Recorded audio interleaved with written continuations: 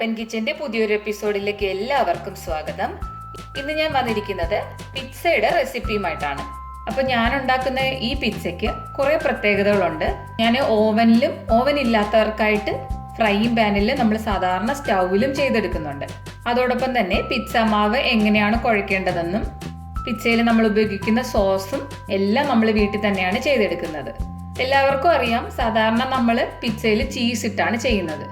അപ്പൊ ഇന്ന് ഞാൻ വ്യത്യസ്തമായിട്ട് ചീസിന് പകരം മറ്റൊരു കാര്യം ചെയ്യുന്നുണ്ട്. അപ്പൊ അതെന്താണെന്ന് അറിയാൻ വേണ്ടിയിട്ട് ഈ വീഡിയോ ഫുള്ള് കാണുക. അത് സാധാരണക്കാർക്കും കൂടെ ചെയ്യാൻ വേണ്ടിയിട്ടാണ് ഞാൻ ആ ഒരു രീതിയിൽ പിസ്സ ചെയ്യുന്നത്. ഓവനിൽ ചെയ്തെടുക്കുന്ന പിസ്സയിൽ ഞാൻ ചീസ് ഇട്ട് തന്നെയാണ് ചെയ്തെടുക്കുന്നത്. അപ്പൊ ഇനി നമുക്ക് വീഡിയോയിലേക്ക് ഒന്ന് പോയാലോ. ആദ്യം തന്നെ നമുക്ക് ഈ പിസ്സയുടെ മാവ് ഒന്ന് കുഴച്ച് റെസ്റ്റ് ചെയ്യാനായിട്ട് വെക്കാം. അതിനായിട്ട് ഞാനിവിടെ ഒരു ബൗൾ എടുത്തിട്ടുണ്ട്. ആ ബൗളിലേക്ക് 1/2 കപ്പ് ചൂടുവെള്ളം ഒഴിച്ചു കൊടുക്കാം. ഇതിലേക്ക് നമുക്ക് 1 ടീസ്പൂൺ പഞ്ചസാര ചേർത്ത് കൊടുക്കാം. ഇനി ഇതൊന്ന് ഇളക്കി നന്നായിട്ട് ഇതുമായിട്ട് അലിയിപ്പിച്ചു കൊടുക്കണം. ഇനി ഇതിലേക്ക് 1 ടീസ്പൂൺ ഈസ്റ്റ് ചേർത്ത് കൊടുക്കാം. ശേഷം വീണ്ടും ഒന്നുകൂടെ ഒന്ന് ഇളക്കിയിട്ട് ഇതുപോലെ ഒന്ന് അടച്ച് 10 മിനിറ്റ് റെസ്റ്റ് ചെയ്യാൻ വെക്കാം. ഇപ്പോൾ ഇതിവിടെ ഒരു 10 മിനിറ്റ് കഴിഞ്ഞിട്ടുണ്ട്. ഇനി ഇതിലേക്ക് ഞാൻ 1/2 കപ്പ് മൈദാമാവ് ചേർത്ത് കൊടുക്കുന്നുണ്ട്. 1 ടീസ്പൂൺ ഉപ്പും കൂടെ ചേർത്ത് കൊടുത്ത് നമുക്കിതൊന്ന് നന്നായിട്ട് കൈയും കൊണ്ട് കുഴച്ചെടുക്കാം. ചപ്പാത്തിക്കൊക്കെ കുഴച്ചെടുക്കുന്നത് പോലെ കുഴച്ചെടുത്താൽ മതി. നമ്മൾ ആദ്യം ഒഴിച്ചു കൊടുത്ത വെള്ളം ഈ മാവ് ഫുള്ള് കുഴയ്ക്കാനായിട്ട് തികയില്ല. അതുകൊണ്ട് ആവശ്യത്തിന് വെള്ളം എക്സ്ട്രാ ഒഴിച്ചു കൊടുക്കുക. വെള്ളം ഒഴിച്ചു കൊടുക്കുമ്പോൾ കുറേശ്ശെ ഒഴിച്ചു കൊടുത്തിട്ട് കുഴച്ചെടുക്കുക. മാവ് ഇവിടെ നല്ലപോലെ സോഫ്റ്റായി വന്നിട്ടുണ്ട്. ഞാനിതിലേക്കൊരു 5 ടേബിൾ സ്പൂൺ അളവിനുള്ള വെള്ളം എക്സ്ട്രാ ഒഴിച്ചു കൊടുത്ത ശേഷമാണ് ഇതൊന്ന് കുഴച്ചെടുത്തേക്കുന്നത്. നമ്മൾ ഈ കുഴച്ചെടുത്തിരിക്കുന്ന മാവ് ഒരു വലിയ പിസ്സ ചെയ്യുവാണെങ്കിൽ ഒരു പിസ്സയ്ക്കുള്ളതാണ്. ഇതിനെ നമുക്ക് 2ആയിട്ട് ഡിവൈഡ് ചെയ്തിട്ട് മീഡിയം ടൈപ്പിലുള്ള 2 പിസ്സ ചെയ്തെടുക്കാം. ഞാൻ ഇന്ന് ചെയ്യുന്നത് നേരത്തെ പറഞ്ഞതുപോലെ തന്നെ ഞാൻ ഈ മാവിനെ 2ആയിട്ട് ഡിവൈഡ് ചെയ്തിട്ട് ഇതിൻ്റെ ഒരു ഭാഗം ഓവനിൽ വെച്ചിട്ടും ഒരു ഭാഗം പാനിൽ വെച്ചിട്ടുമാണ് ചെയ്തെടുക്കുന്നത്. ഈ കുഴച്ചു വെച്ച മാവിലേക്ക് അത് ഡ്രൈ ആയി പോവാതിരിക്കാൻ വേണ്ടിയിട്ട് കുറച്ച് ഓയിൽ ഇങ്ങനെ കയ്യിലെടുത്തിട്ടുണ്ട്. അതൊന്ന് ഇതിൻ്റെ മേളിലേക്ക് ഒന്ന് തടവി കൊടുക്കാം. ഞാൻ ഇനി ഈ മാവ് ഒരു 2 മണിക്കൂർ റെസ്റ്റ് ചെയ്യാൻ വെക്കുകയാണ്.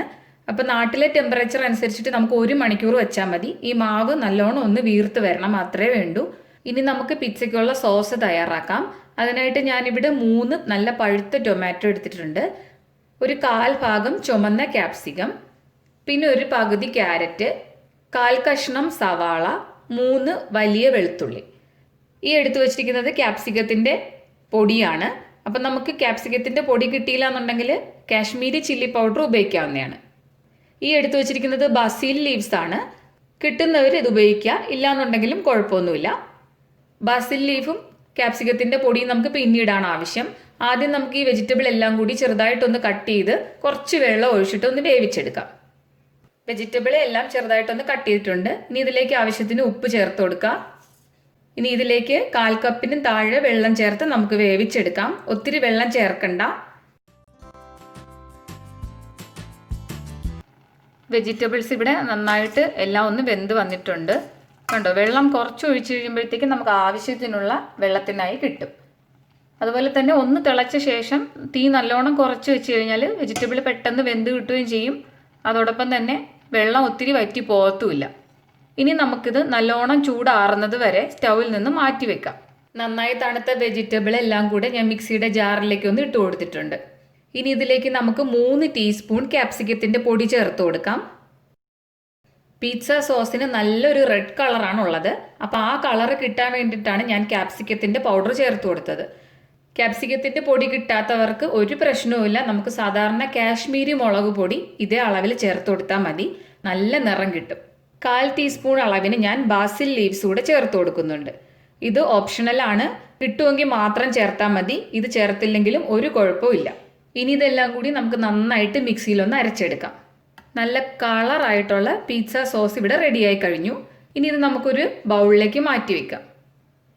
ഇനി നമുക്ക് ചീസ് ഇടാതെ നമ്മൾ ബേക്ക് ചെയ്തെടുക്കാൻ പോകുന്ന പിസ്സയ്ക്ക് ചീസിന് പകരം ചേർക്കുന്ന വൈറ്റ് സോസ് റെഡിയാക്കി എടുക്കാം.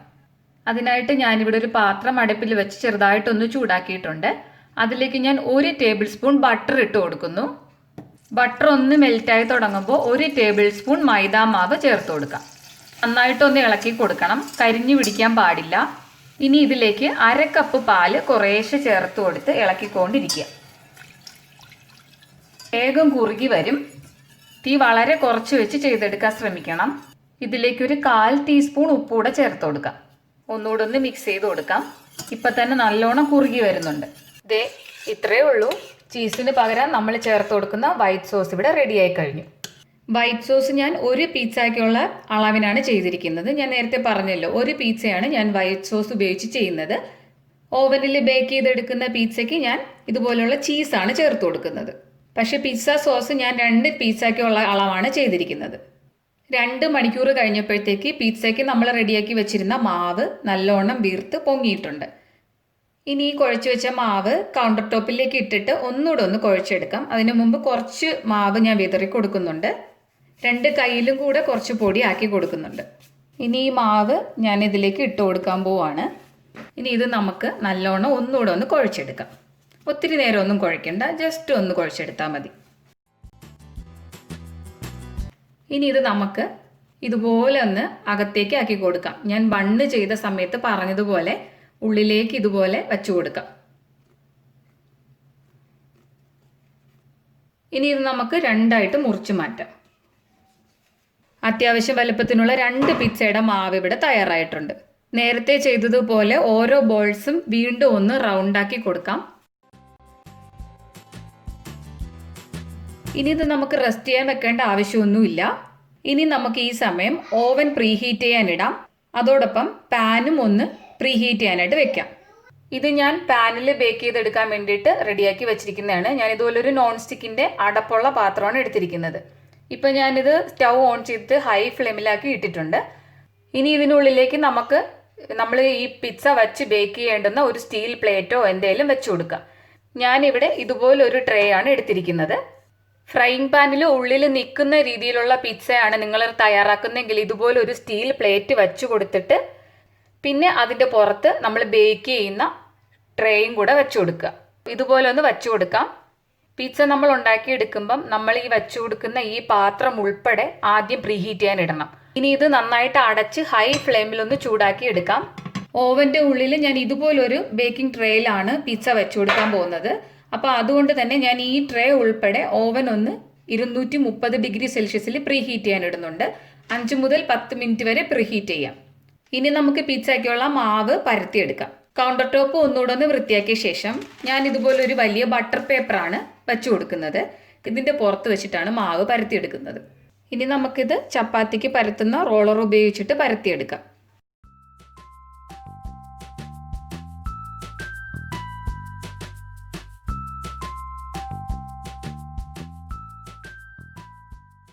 പിസ്സയ്ക്ക് വേണ്ടിയിട്ട് നമ്മൾ പരത്തിയെടുക്കുമ്പം ഈ ഒരു കനത്തിനൊക്കെ പരത്തിയെടുത്താൽ മതി. അതുപോലെ തന്നെ നമ്മൾ പാനിലാണ് ബേക്ക് ചെയ്തെടുക്കുന്നെങ്കിൽ അതിനുള്ളിൽ വെച്ച പാത്രത്തിൻ്റെ അകത്ത് നിൽക്കുന്ന വലിപ്പത്തിന് വേണം പരത്തിയെടുക്കേണ്ടത്. ഈ പിസ്സ ഞാൻ പാനിലേക്ക് വയ്ക്കാനായിട്ടാണ് റെഡിയാക്കുന്നത്. ഇനി ഇതിലേക്ക് നമ്മൾ തയ്യാറാക്കി വെച്ചിരുന്ന സോസ് പുരട്ടി കൊടുക്കാം. ഇതുപോലെ ഒന്ന് അപ്ലൈ ചെയ്ത് കൊടുത്താൽ മതി. ഇനി ഇതിലേക്ക് നമ്മൾ ചീസിന് പകരം തയ്യാറാക്കി വെച്ചിരുന്ന വൈറ്റ് സോസ് കൂടെ ഇതുപോലെ തന്നെ ഒഴിച്ചു കൊടുക്കാം.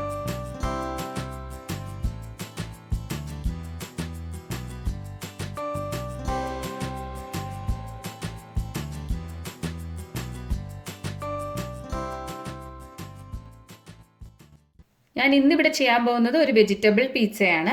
അപ്പോൾ അതിനായിട്ട് ഞാനിവിടെ വെറും 2 ഇൻഗ്രീഡിയൻസ് എടുത്തിട്ടുള്ളൂ. ഒരു ക്യാപ്സിക്കം നീളത്തിന് അരിഞ്ഞു വെച്ചിട്ടുണ്ട്, അതുപോലെ സവാള നീളത്തിന് അരിഞ്ഞു വെച്ചിട്ടുണ്ട്. അപ്പോൾ ഇതിൻ്റെ പുറത്ത് നിങ്ങൾക്ക് ഇഷ്ടമുള്ള അത്രയും ഫില്ല് ചെയ്യാം കേട്ടോ. ഏത് വെജിറ്റബിൾ വേണോ അതത്രയും നമുക്ക് ഫില്ല് ചെയ്യാം. അപ്പോൾ ഞാനിത് ഇതിൻ്റെ മുകളിൽ വെച്ച് കൊടുക്കാൻ പോകുന്നു.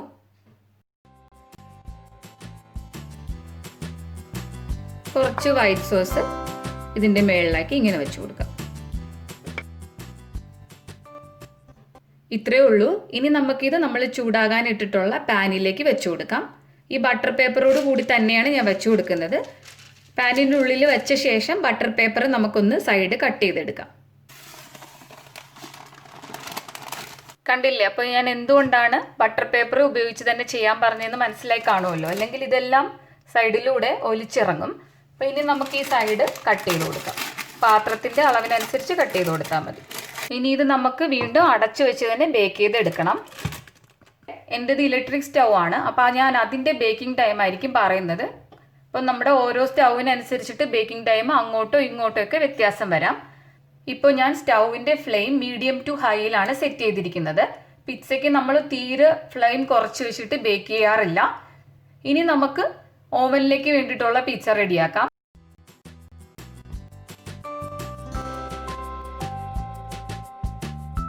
ഓവനിൽ ബേക്ക് ചെയ്യുന്ന ഈ പിസ്സ ഞാൻ ചീസ് ചേർത്താണ് ബേക്ക് ചെയ്യുന്നത്. ഇനി ഇതിലേക്ക് വെജിറ്റബിൾ വെച്ചു കൊടുക്കാം.